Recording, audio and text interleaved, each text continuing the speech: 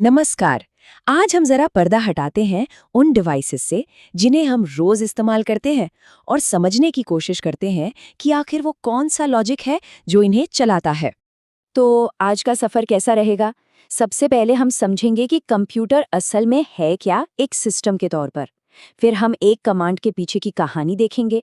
इसके बाद एक बड़ी मजेदार मिसाल से इसके दिमाग के पुर्जे खोलेंगे और आखिर में बात करेंगे इसकी सुपर पावर्स और इसकी सबसे बड़ी कमजोरी।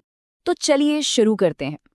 देखिए, हार्डवेयर या सॉफ्टवेयर की बात करने से भी पहले एक चीज समझना बहुत जरूरी है कि कंप्यूटर कोई एक अकेली चीज नहीं है। ये एक पूरा सिस्टम है। हाँ, मतलब कोई भी एक अकेला हिस्सा सिस्टम नहीं कहलाता। असली जादू तो तब होता है जब बहुत सारे अलग अलग हिस्से एक साथ मिलकर एक मकसद के लिए काम करते हैं। जैसे एक परिवार को ले लीजिए या किसी कंपनी को। हर किसी का अपना अपना रोल होता है ना? लेकिन सब मिलकर एक ही गोल के लिए काम करते हैं। कंप्यूटर भी, आप समझिए, बिल्कुल ऐसा ही है। अच्छा, तो सवाल ये है कि इस कंप्यूटर सिस्टम का असल काम है क्या? सब कुछ सिमटकर एक बहुत ही सिंपल 3 स्टेप के प्रोसेस पर आ जाता है। हम जो कुछ भी करते हैं, मतलब कीबोर्ड पर एक बटन दबाने से लेकर कोई भारी भरकम गेम खेलने तक, हर चीज इसी इनपुट प्रोसेस आउटपुट साइकिल को फॉलो करती है। ये जूस मशीन वाली मिसाल तो एकदम परफेक्ट है। मतलब अगर आप फल डालेंगे ही नहीं तो जूस कहाँ से मिलेगा, है ना? कंप्यूटर को जो इनपुट देंगे, प्रोसेस के बाद वैसा ही आउटपुट मिलेगा। अब देखिए, इनपुट और आउटपुट तो समझना आसान है, लेकिन ये जो बीच का प्रोसेस वाला स्टेप है ना, ये एक ब्लैक बॉक्स जैसा लगता है। तो क्यों ना इस ब्लैक बॉक्स को जरा खोलकर देखा जाए कि अंदर चल क्या रहा है। और सबसे मजेदार बात पता है क्या है? एक छोटा सा मामूली सा काम करने के लिए भी ना अंदर कितने सारे अलग अलग कंपोनेंट्स के बीच एक कॉम्प्लेक्स डांस चल रहा होता है। तो हमारे हर कमांड के पीछे 3 मेन प्लेयर्स होते हैं। सीपीयू, जो कि कंप्यूटर का दिमाग है, मेन मेमोरी यानी रैम, और सेकेंडरी स्टोरेज, मतलब हमारी फाइल कैबिनेट। अब ये तीनों मिलकर कैसे काम करते हैं, इसको समझने के लिए एक बड़ी अच्छी मिसाल लेते हैं। चलिए, ऐसा सोचते हैं कि हमारा कंप्यूटर एक बहुत बिजी डॉक्टर का क्लिनिक है। यकीन मानिए, ये मिसाल इन मुश्किल चीजों को एकदम आसान बना देगी। तो सबसे पहले हम हैं मरीज जो क्लिनिक में आते हैं। हमारा जो इंस्ट्रक्शन है, जैसे ओपन अ फाइल, वो कंप्यूटर सीधे सीधे नहीं समझता। तो एक एनकोडर, समझ लीजिए एक ट्रांसलेटर की तरह, हमारे इस इंस्ट्रक्शन को मशीन की भाषा यानी 0 और 1 में बदल देता है, ताकि डॉक्टर, मतलब सीपीयू, उसे समझ सके।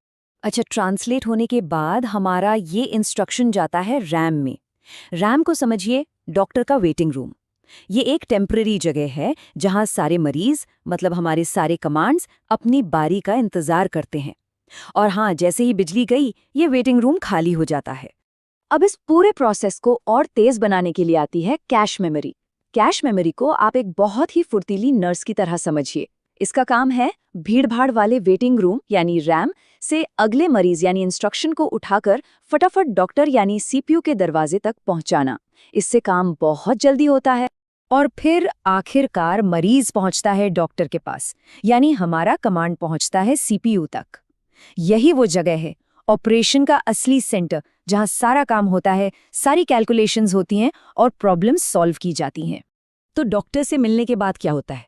मरीज की रिपोर्ट एक फाइल में लग जाती है ना, परमानेंट रिकॉर्ड के लिए। बस वही है सेकेंडरी स्टोरेज, जैसे हार्ड ड्राइव या एसएसडी। रैम के वेटिंग रूम के उलट यहाँ रखी जानकारी कंप्यूटर बंद होने पर भी गायब नहीं होती।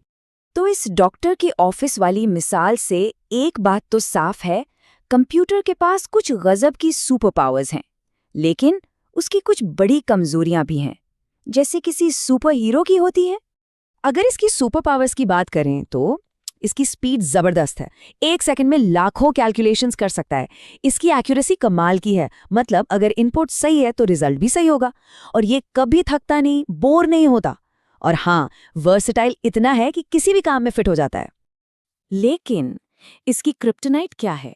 इसकी सबसे बड़ी कमजोरी वो ये है कि इसका अपना कोई आईक्यू नहीं है, कोई समझ नहीं है।